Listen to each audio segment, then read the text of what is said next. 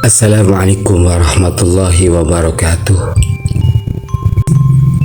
Belajar sejarah untuk melawan lupa akan sejarah Nusantara kita yang tercinta. Sejarah Sunan Kalijogo. Keberadaan agama Islam di Indonesia tidak bisa dilepaskan dari kebaikan dan ajaran 9 tokoh pilihan yang dikenal dengan sebutan Wali Songo. Mereka mengajarkan ajaran Islam kepada masyarakat Indonesia di berbagai daerah melalui berbagai cara. Salah satu anggota Wali Songo yang berjasa menyebarkan agama Islam tersebut adalah Sunan Kalijogo. Sampai saat ini, beliau masih dihormati oleh umat Islam di Indonesia, khususnya di Jawa. Sepanjang hidupnya, Sunan Kalijogo pernah berperan di pemerintahan dan juga di kerajaan, dan menjadi sosok yang disegani oleh masyarakat Muslim maupun non-Muslim. Sunan Kalijogo terkenal dengan cara berdakwahnya yang menghormati tradisi dan budaya masyarakat Jawa. Beliau memasukkan nilai-nilai Islam ke dalam budaya yang dipegang kuat oleh masyarakat Jawa, sehingga ajaran Islam bisa diterima secara baik. Beberapa peninggalan Sunan Kalijogo yang masih bisa kita temukan saat ini, di antaranya adalah tembang, gundul-gundul pacul, seni wayang kulit, seni gamelan, seni ukir, beduk masjid, hingga sistem pemerintahan. Sunan Kalijogo lahir sekitar pada tahun 1450 Masehi dari pasangan bangsawan Tuban, yaitu Tumenggung Wilatikta, Bupati Tuban, dan Dewi Nawangrum. Karena darah bangsawan miliknya, Sunan Kalijogo kecil diberi gelar sebagai Raden Mas Syahid. Dalam beberapa literatur disebutkan Raden Mas Syahid. Terkait silsilah Sunan Kalijogo, sampai sekarang masih ada perbedaan pendapat. Pendapat pertama menyatakan bahwa Sunan Kalijogo adalah seorang Wali Songo keturunan Tiongkok dengan nama asli Oe Samik. Keturunan ini didapat dari ayahnya Wilatikta yang merupakan keturunan Oe Tikto. Pendapat kedua mempercayai bahwa Sunan Kalijogo merupakan keturunan Arab, yaitu Odi Jaga.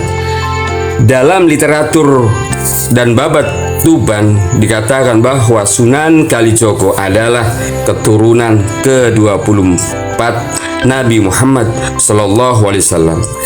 Terlepas dari silsilahnya, Sunan Kalijogo diketahui lahir ketika masa kejayaan Kerajaan Majapahit sedang berada di ujung tanduk. Rakyat hidup dalam kesengsaraan setiap hari karena penguasa Majapahit mewajibkan rakyat membayar upeti sangat tinggi. Saat menginjak masa muda, Raden Mas Syahid mulai prihatin dengan kehidupan masyarakat di sekitar tempat tinggalnya. Dia mendengar langsung tangisan bocah yang kelaparan dan meminta makan pada orang tuanya. dia juga menyaksikan dengan mata kepala sendiri ketidakmampuan para orang tua untuk mengatasi rasa lapar anak-anaknya mereka. Raden Mas Syahid memang tidak merasakan langsung penderitaan tersebut karena dia merupakan putra seorang adipati. Namun dia tidak bisa tidak mengacuhkan kesengsaraan rakyatnya sendiri. Langkah pertama yang beliau lakukan untuk membantu rakyatnya adalah berbicara pada ayahnya secara langsung. Sayangnya, beliau tidak mendapatkan jawaban yang memuaskan. Setelah itu Raden Mas Syahid menyadari bahwa seorang adipati seperti ayahnya tidak mempunyai kekuasaan untuk mengatur upeti. Satu-satunya orang yang dapat mengatur upeti adalah sang maharaja yang berkuasa. Sementara itu, rakyat tidak punya pilihan lain selain membayar atau menerima hukuman. Raden Syahid kemudian memutuskan untuk menjadi seorang pencuri, dan aksi pertamanya dilakukan di gudang kadipaten sendiri. Saat itu dia mengambil berbagai bahan makanan dari gudang dan membagikannya kepada rakyat yang membutuhkan secara diam-diam setiap malam. Rakyat sendiri tidak mengetahui dari mana asalnya bahan makanan tersebut. Namun kejadian ini terus terjadi selama beberapa waktu.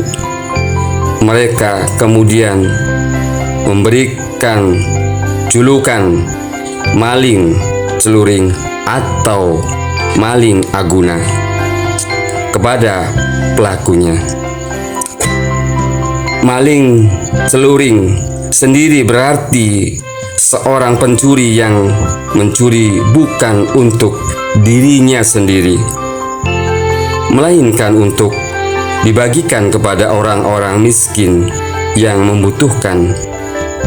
Aksi Raden Mas Syahid berjalan mulus pada awalnya, tetapi sepandai-pandainya tupai melompat pasti jatuh juga. Tanpa dia sadari, penjaga kadipaten mulai mencurigakan gerak-geriknya.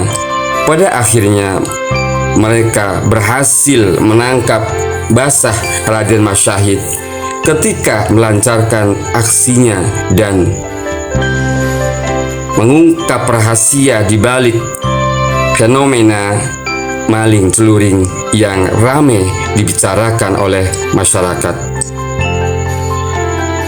Mengetahui perbuatan anaknya, Bilatikta marah besar lalu mengusir Raden Syahid dari istana kadipaten sebagai hukumannya. Sebaliknya, Raden Syahid tidak merasa gentar setelah mendapatkan hukuman. Dia masih tetap melakukan aksinya sebagai seorang maling. Bahkan bukan hanya mencuri, namun juga merampok serta membegal semua orang kaya yang tinggal di wilayah Kadipaten Tuban.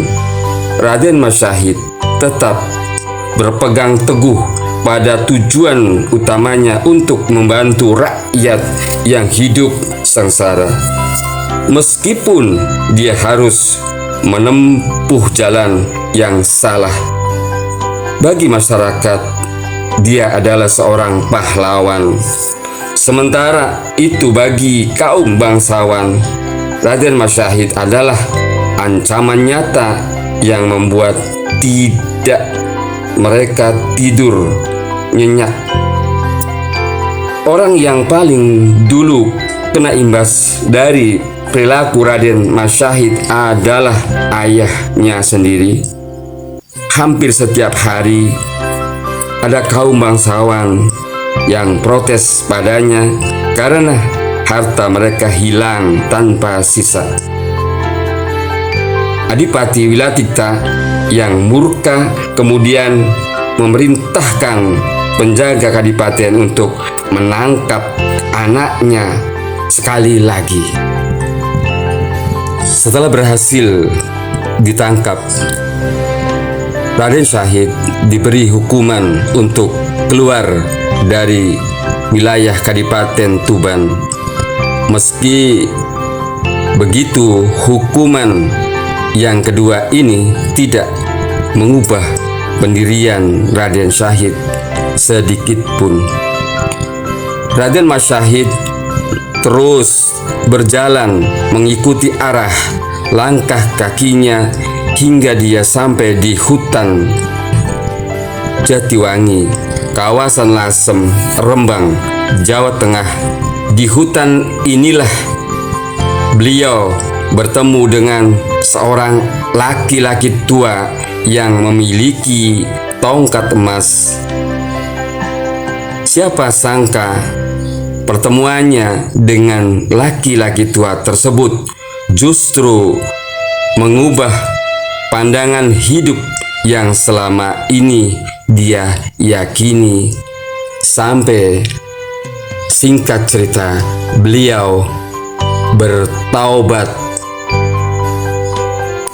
menjadi gelar Sunan Kalijogo.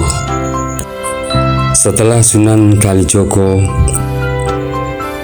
bertemu dengan Sunan Bonang, konon ceritanya beliau bertaubat dan menjadi santri Sunan Bonang. Pada akhirnya beliau diangkat menjadi Dewan Wali Songo atau anggota Dewan Wali Songo. Ada kisah yang menarik, kisah yang lain, kisah yang sangat terkenal adalah ketika dalam beberapa kitab suluk Sunan Kalijogo membimbing Prabu Brawijaya untuk memeluk agama Islam dengan cara membacakan kalimat syahadat. Tetapi dalam perjalanan tentu saja tidak mudah, karena dalam kitab suluk diceritakan bahwa Prabu Brawijaya yang kelima melarikan diri hingga ke Belambangan karena kudeta yang dilakukan oleh Raden Fatah ketika itu, dan ini tertera dalam suluk dan dalam bentuk dialog imajiner. Perjalanan Prabu Brawijaya ke Belambangan karena merasa lelah, beliau berhenti di pinggir mata air. Beliau ditemani oleh Sabdo Palon dan Naya Genggong. Lalu bertemulah Sang Prabu dengan Sunan Kalijogo. Sunan Kalijogo berkata,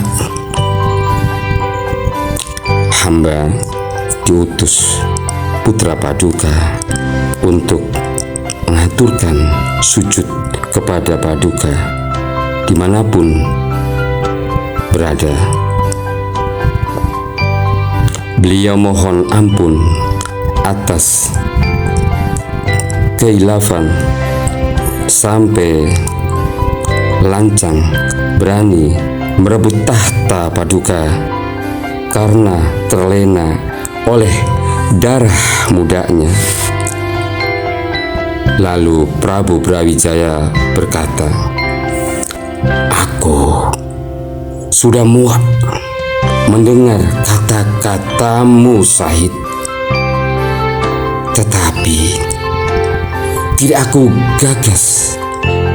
Aku sudah muak dengan cara bicara santri.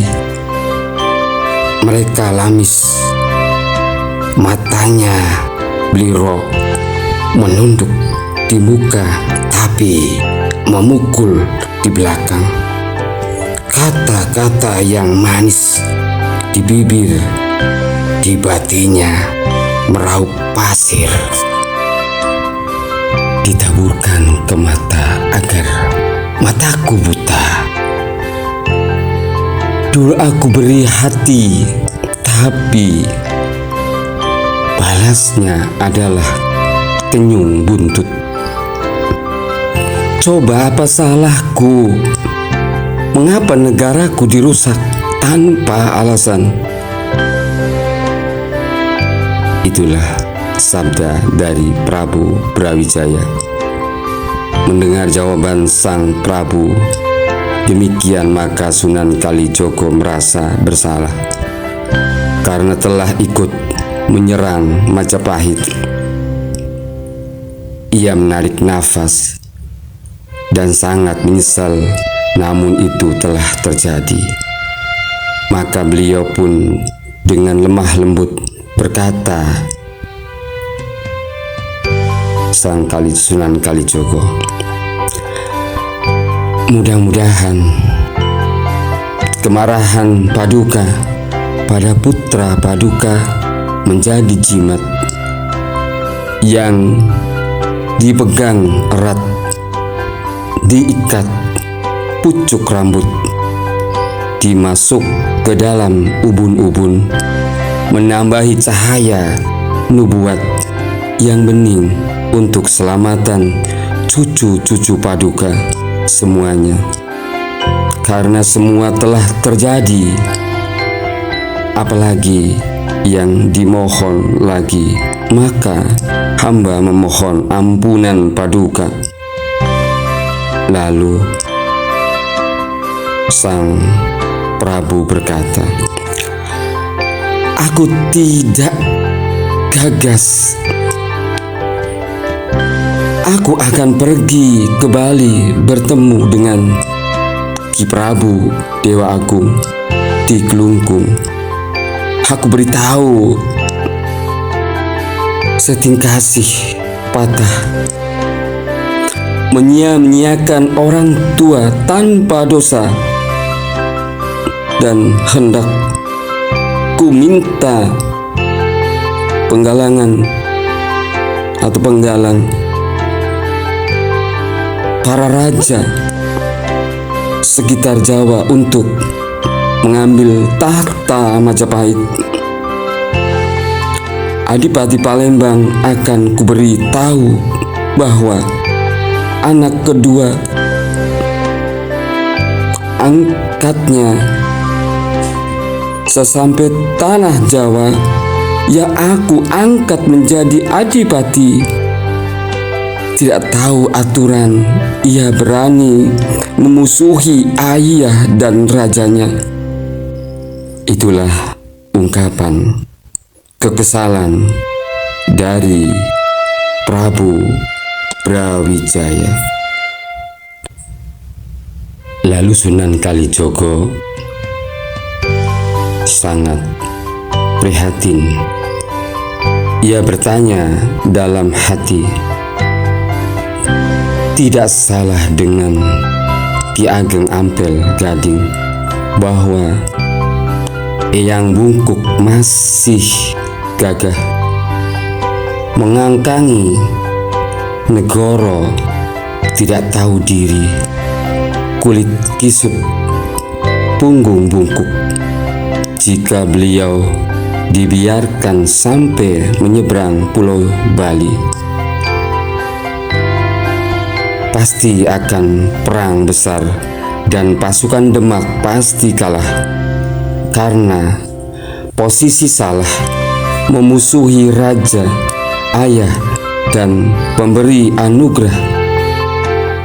Sudah pasti orang Jawa yang belum masuk Islam akan membela raja tua dan bersiaga angkat senjata, orang Islam tumpas dan pasti akan kalah dalam peperangan.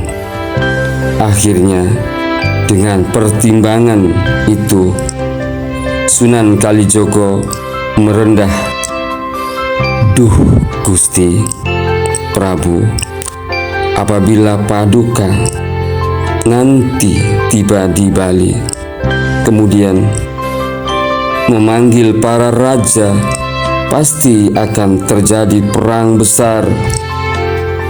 Apabila tidak, sayang negeri Jawa rusak sudah pasti. Putra Paduka akan celaka, kemudian Paduka bertahta sampai menjadi raja, tetapi tidak lama akan lengser ke Prabon. Tahta Jawa akan diambil bukan dari darah keturunan Paduka.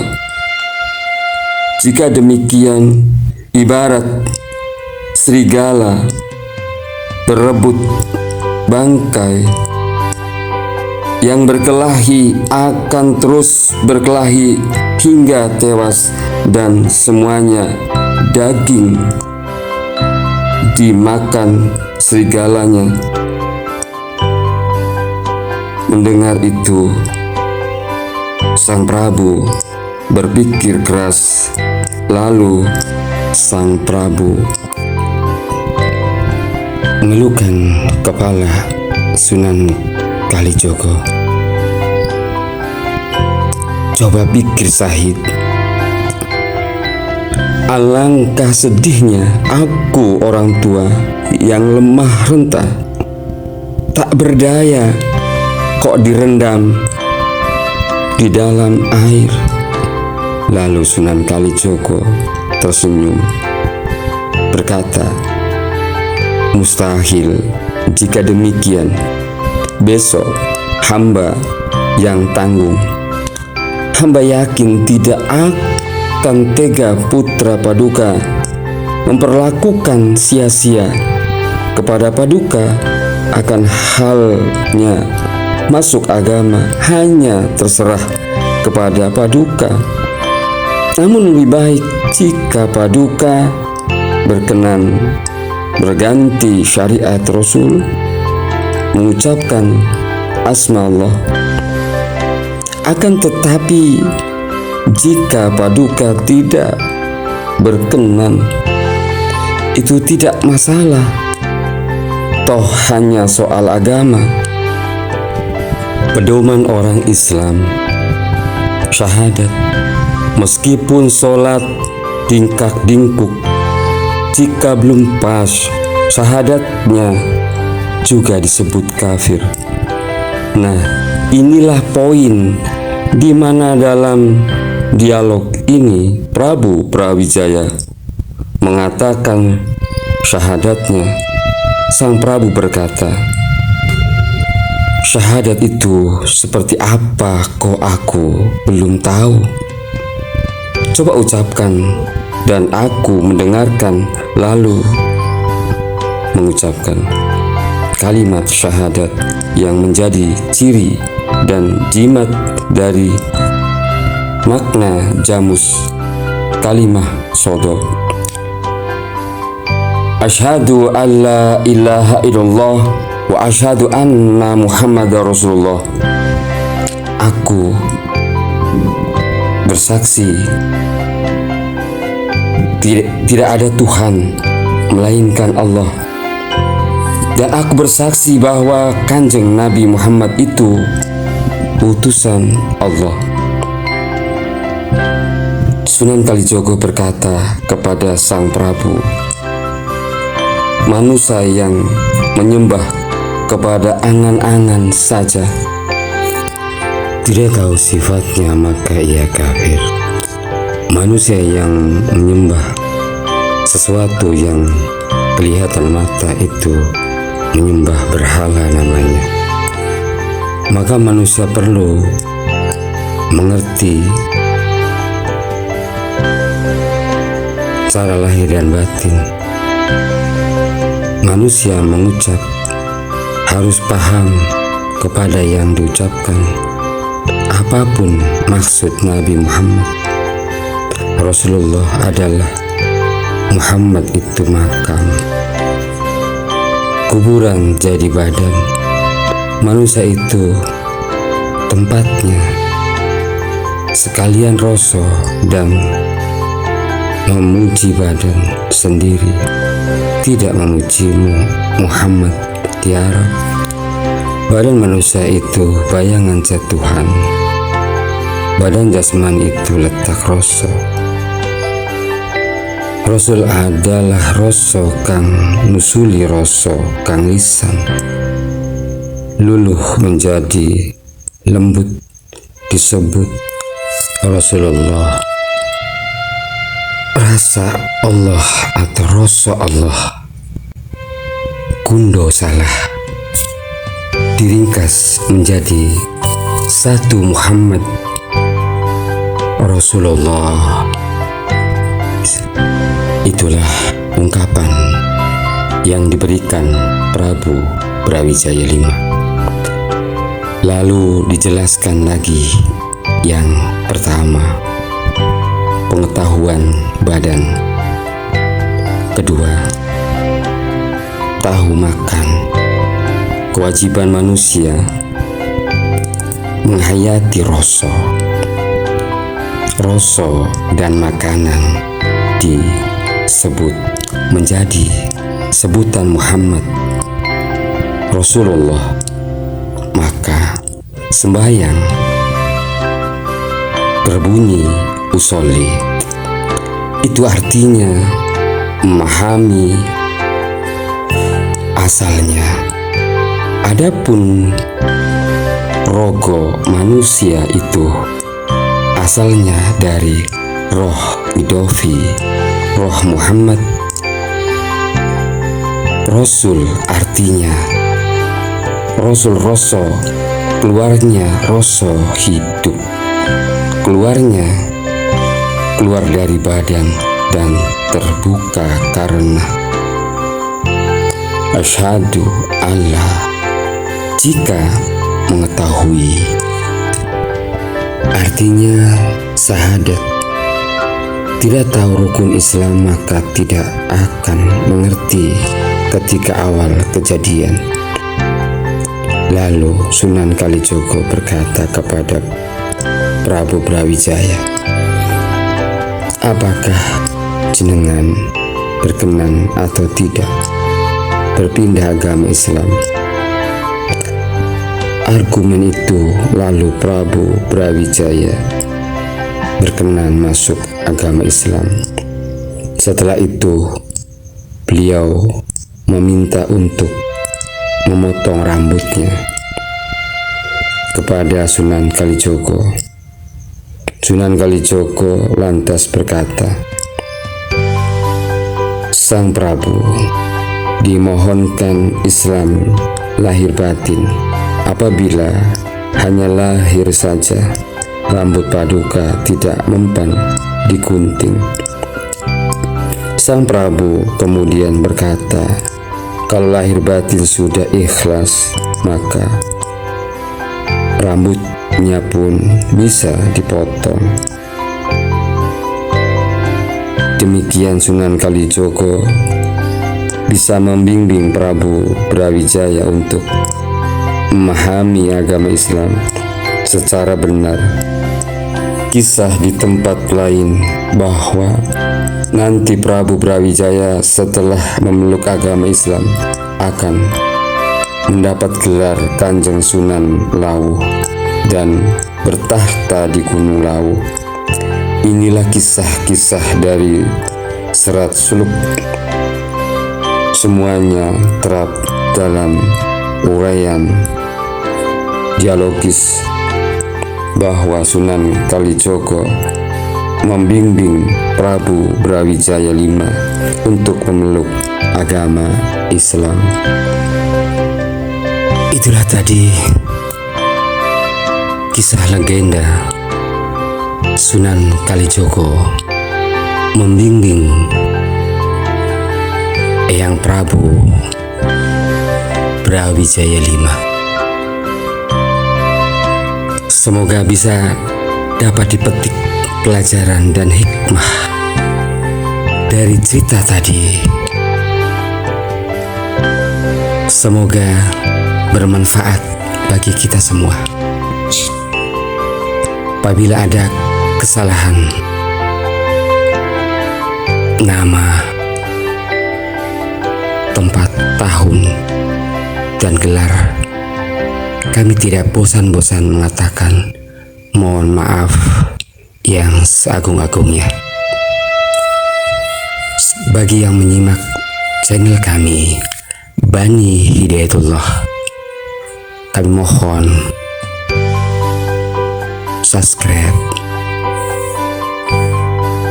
share, like, komen, bijak dan santun. Semoga menjadikan ladang pahala untuk kita semua. Kami aturkan wabillahi taufik wal hidayah. Wassalamualaikum warahmatullahi wabarakatuh.